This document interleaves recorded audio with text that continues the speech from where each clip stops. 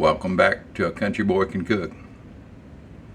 It's early in the morning, which nothing new. I always try to do my cooking early in the morning because I'm up at 4 a.m. every day. Today we're going to do barbecue sauce. About a week ago, I made a homemade Stovetop Smoker, and I went to my local deli with Tom Thumb and had them cut me some 1-inch slices of bologna, all beef bologna. Brought it home, made sure put my smoker on. I wasn't sure if it would work or not. I just knew it would. Put it on, and sure enough it worked great. So I put the bologna in there and smoked it for about an hour. Turned out great, wonderful smoke. I fried one of the pieces and made the ultimate bologna sandwich. You can see that on my playlist, and you can see where I smoked the bologna on my playlist and where I try to document all this stuff. But today, I'm going to make a barbecue sauce because the next couple of days I'm going to make the ultimate barbecue bologna sandwich. I don't know if you've ever had one or not. Oh my God, they're just wonderful. It'll be served on a sesame seed bun. There's not a lot to it. Cheese if you want to add it, and not cheese if you want to add it. My first experience with that was years ago. 40 years ago. My dad made it 50 years ago. Heck, I can't remember, in the 60s. I'm 70, so it's a long time ago. He would put it on our pit and smoke the bologna. He'd hand cut it off a big old chub, and our pit was on the ground. It was a brick line. Square. It wasn't like a smoker now that we have. Hold on a minute. So while he was cooking in that thing, he would take his homemade barbecue sauce and put it in a pan and put it on the smoker and put the lid down and just let it cook and let the smoke get into that. Oh my gosh, great. And they would serve that, bring it in. My mother would put it on a hamburger bun. Most of the time, nothing, just a hamburger bun and the meat, maybe a piece of American cheese if we had it. Some onions, chopped up onions, and sweet relish. It was always, oh my God, it was great. And everybody was saying, is there enough for two of us? 2 sandwiches a piece. So anyway, today I'm going to make a barbecue sauce to go on the ultimate barbecue bologna sandwich. So it's going to be kind of a quick video if I shut up and stop blabbering. All right, back with you. When I smoked the bologna the other day, I also put a jalapeno pepper, a big one. It's about a little over 3 inches long. You can see it's really pliable because it's smoked and cooked. I'm going to remove the seeds out of this. You don't have to. If it was just me eating this sauce, it would be different. I would just leave it in and chop it up. But it's not just me.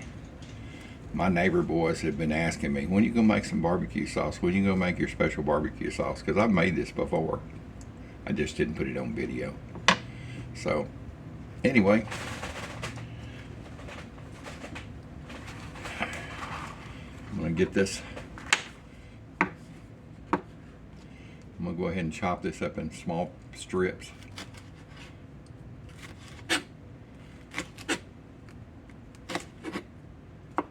You could take fresh jalapenos, you could take cooked jalapenos, pickled jalapenos, whatever you want. Each one's a little flavor difference. Fresh jalapenos, besides being hot, they have, kind of a bell pepper taste, which is great. I'm not going to run through these. I can actually chop a lot quicker, but I like my fingers. I've been through enough trauma in the last couple of years. Broken elbow, in the hospital for heart, so I like all my fingers right where they're at. I've got some old videos, and I'm not sure if I can get them on YouTube or not, of me making handmade knives that I used to make. So anyway, I'm going to just chop this up into a little bit finer pieces. Almost like the size of relish, sweet relish.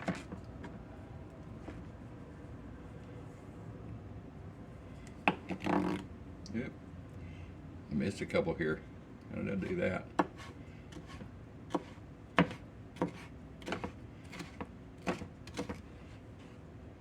There you go.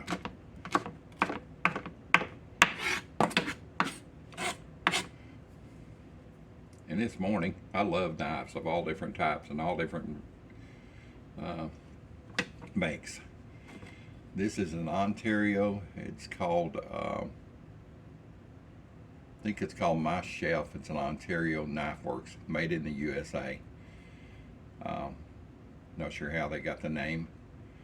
I've got a video on me restoring this. I found this years ago. I have a video on my playlist about taking this. You couldn't even see anything. It was so rusted. I've cleaned it up and polished it up. Now you think that's rust. It's not. It's just patina on this thing. I've cleaned it up and washed it so many times. You know it's clean when you take a paper towel and it's wet and you wipe across and nothing comes off. No brown, no rust or anything like that. So anyway, I'm using that this morning. It's a great little chef knife. I found it on the wall of an old, I think an old cabin. I just can't remember. It's been so many years ago. But anyway, I love the old stuff and I love using the old steel. The old knives are great to use. All right, let's see here. So this morning we're going to make it simple. Let me have a sip here.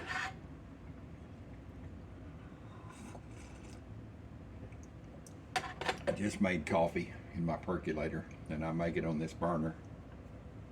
And so after the coffee's off and it's sitting there for a minute, I put my coffee cup on top of it. Not going to hurt the coffee cup, keeps my coffee warm. Well, this is still warm, and I don't lay my arm up on it. So this morning I've got barbecue sauce. I'm going to make this the easy way because everybody doesn't have a smoker. If I had a smoker anymore, now I'm going to try it in my Stovetop Smoker. But I've got a homemade barbecue sauce that's wonderful. It'll start with tomato sauce, tomato puree, smoked brown sugar, molasses, onions, pepper, and the whole thing. But I don't have time to make that right now. Like I say, I've just got my smoker, my stovetop smoker, so I don't know if that'll even work for that. I think it will.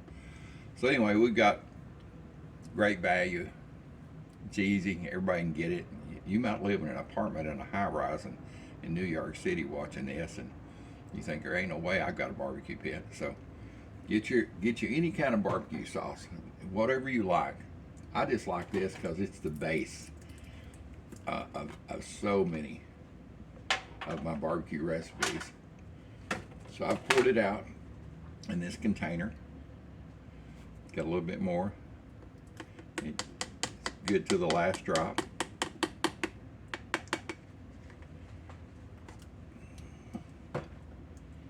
I've added some liquid smoke. Figaro, I think is how they pronounce this. I wouldn't swear to that. My dad used it. So this is mesquite. And since we're making I should have said this earlier, we're making a raspberry jalapeno smoked barbecue sauce. And I've got Smuckers raspberry jam.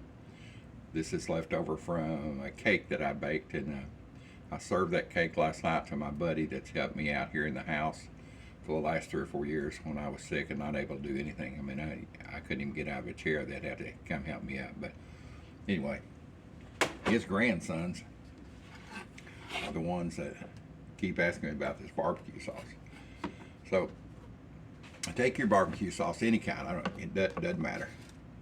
Whatever you like. This is one, let's see what the bottle size of this is.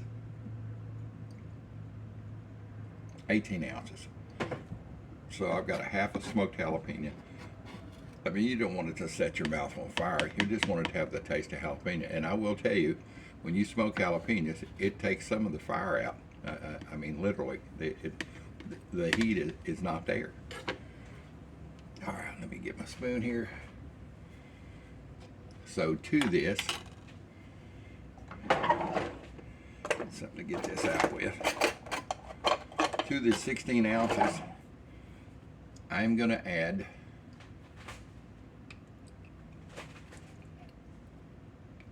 there's 1 teaspoon, 2 teaspoons. Stir this around. See if it's got the flavor profile you like.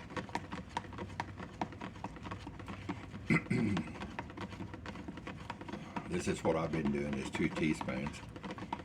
It gives the barbecue sauce. Raspberry and barbecue sauce go together. Man, I mean, it's like really good. It's like chocolate cake and coffee. I mean, they complement each other. All right. Let's see. And I got a taster here. Plastic fork.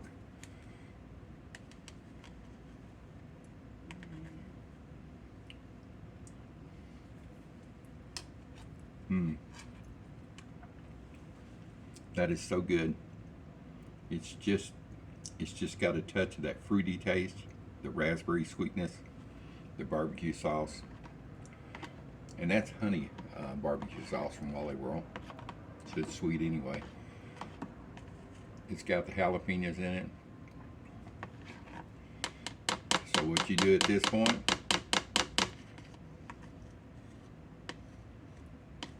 put the lid on it, and this can be stored in the refrigerator for 2 or 3 days anyway. Mine never lasts that long. I'm going to do that barbecue bologna sandwich here next couple of days. So this is what I'll use on my barbecue bologna sandwich. Get this lid back up and do a little cleanup here. I try to clean up as I go. I make the messes, I clean the messes up. Now you can pour this back in. If you've got a little funnel, you can pour it back into your barbecue sauce container, and that way you can pour it out. I just had this and thought it would be easier to put everything in. I've got a little jelly jar. I'm gonna share some of this with my taste testers next door. Anyway, let me move this camera back over here. I can see my small percolator. And no, that's not my leopard cup, that's my wife's. And this burner's on, it's on low to keep this hot. So she'll be up here soon. And got doctor's appointments today, and you know, all the regular stuff people do. So there you go. See the old dude, kind of crooked, kind of halfway this morning anyway. There it is. So that's how I make raspberry smoked jalapeno barbecue sauce. I hope you enjoyed the video. I'll try to leave a brief description. I'm just learning how to do that under the video. Make this, and you can change the flavor profile by Figaro's makes pecan smoke, mesquite, all types of different flavors. If you don't want to put that smoky flavor in, leave it out. Heck, that's okay. I just like that taste.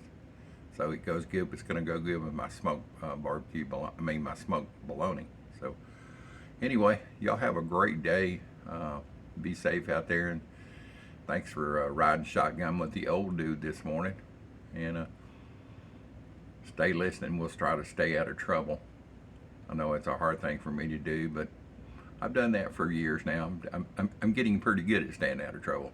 Y'all have a great day. Old dude out of here. Well, I'm back. I knew I was forgetting something. I baked that cake for my buddies for thank yous I was talking about a while ago. I also baked the vanilla, because one of the boys, his favorite is vanilla. My wife likes vanilla because she's a diabetic.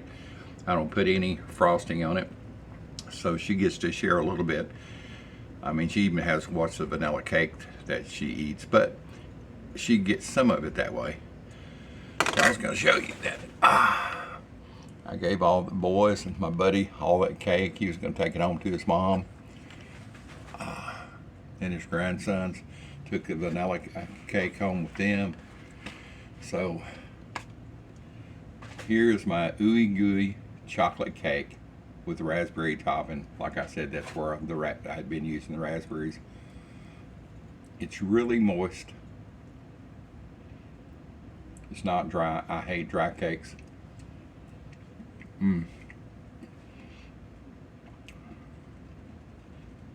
It's really moist, and I'll tell you my secret. I never revealed this until now, not long ago actually. I've been baking these cakes for a long time. There you go, back with me. So this is going to be my breakfast this morning. Piece of chocolate cake, a little piece of vanilla, and my coffee with creamer. Anyway, this cake, when I bake it, and it's just you can, I mean, I'll show you me baking it one of these days, but it's really easy. It's just flour and cocoa powder and sugar, and you know, all the suspects that you bake into a cake. So I use devil's food chocolate to make it really that deep dark flavor, like a Hostess cupcake, you might say. So get it out in the oven, I bake it, and it takes about 25 minutes to take 2 9-inch rounds. I bring it out, and as soon as I bring it out, I take a knife and stick down in it. Well, I make sure it's done, but take a knife and it's red hot. I take Hershey's cocoa chocolate and drizzle and fill those holes up, and I start making holes all in each one round, all the way around it, one in the center, wherever I can get, and I let it soak up that chocolate syrup. Let it sit there for about an hour. You can't let it sit too long because you can't get the rounds, because the chocolate will set up and not let go, and you don't want to break the rounds apart. I get some wax paper, put it on top of them, invert them, lay them over there, and you can hear them in just a minute. You can hear them drop out. Then I put those in the fridge for at least a couple of days. Gives a chance to the chocolate syrup to get all the way through. Now I bring it out and I make a buttercream chocolate frosting, milk chocolate, and with butter, a little bit of cream, not much, just a little bit of cream, confectionery sugar, Hershey's chocolate, and mix it all together. Oh my God, it's some great stuff. So anyway, this morning I thought I would share to show you I really do eat what I bake.